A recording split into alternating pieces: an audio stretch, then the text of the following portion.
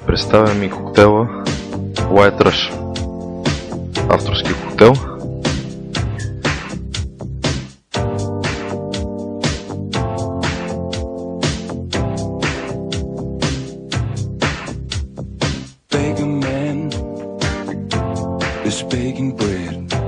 По стените на чаша Мартини Драй заливаме и оформяме с топинг шоколад.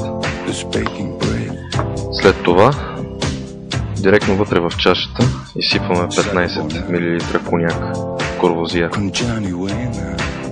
Прибавяме 10 мл Тия Мария кафе ликьор, Spice Gold ром на Капитан Морган 15 мл. Така изглежда.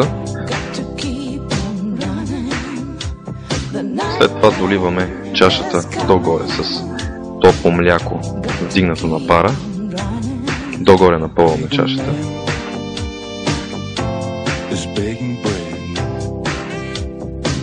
И гарнираме директно върху млякото, отново с топинг шоколад. Оформяме и прибавяме бита сметана.